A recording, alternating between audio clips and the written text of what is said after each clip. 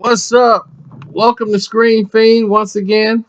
It's your boy Karceno doing a movie review, and shit, long overdue, really, for this page. But this is King Arthur. As I tried to even lift the sword out, and I guess I'm not a King Arthur, as you can see. But let's review this version. Now, there was another version of this.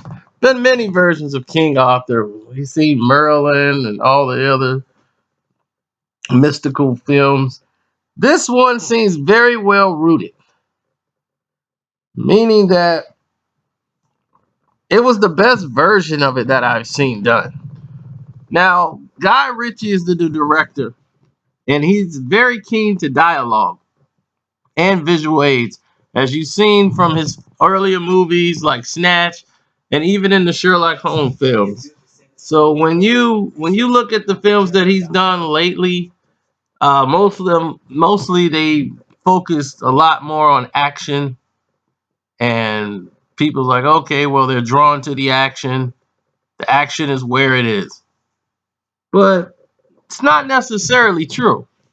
And in this film, from the outset, it's the story of a guy who was betrayed by his wicked, evil uncle, who murders his father or whatever, and betrays him. And now he's running the kingdom. And it's up to this guy who is Arthur to take his rightful place as king, as he can wield the Excalibur sword, which is stuck in the stone, which is underwater, and then it reveals itself. But the magic and everything that's involved in the first scenes are amazing. When you first see this movie for the first 40 minutes, you're going to be blown away. Then you're going to be intrigued, waiting to see everything else develop.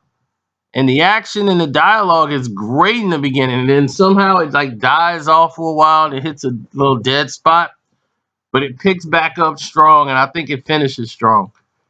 Jude Law is great. He can play a villain. He can play any character you give him. He just goes all the way in. Um, I believe that this might be a sequel.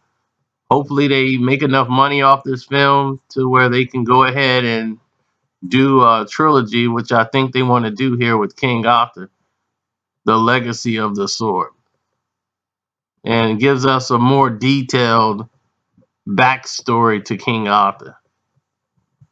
So I think they did it good. You're letting Guy Ritchie direct this thing because you're visually gonna have a lot of great shots in there and a lot of great with snappy dialogue,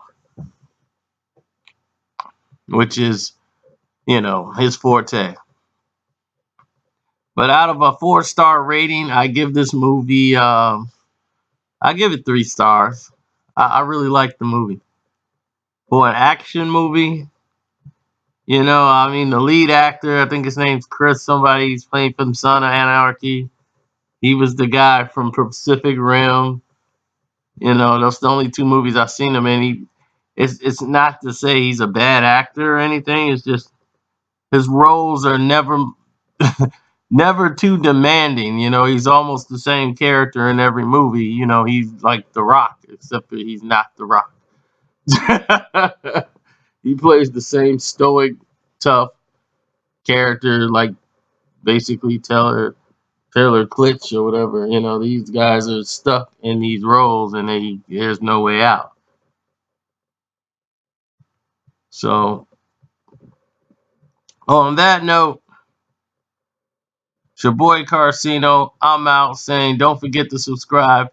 Click the notification button here for Screen Fiends, as we will be doing our movie reviews here on this page to keep everything separated, as we stated about 1,000 times before. Good night.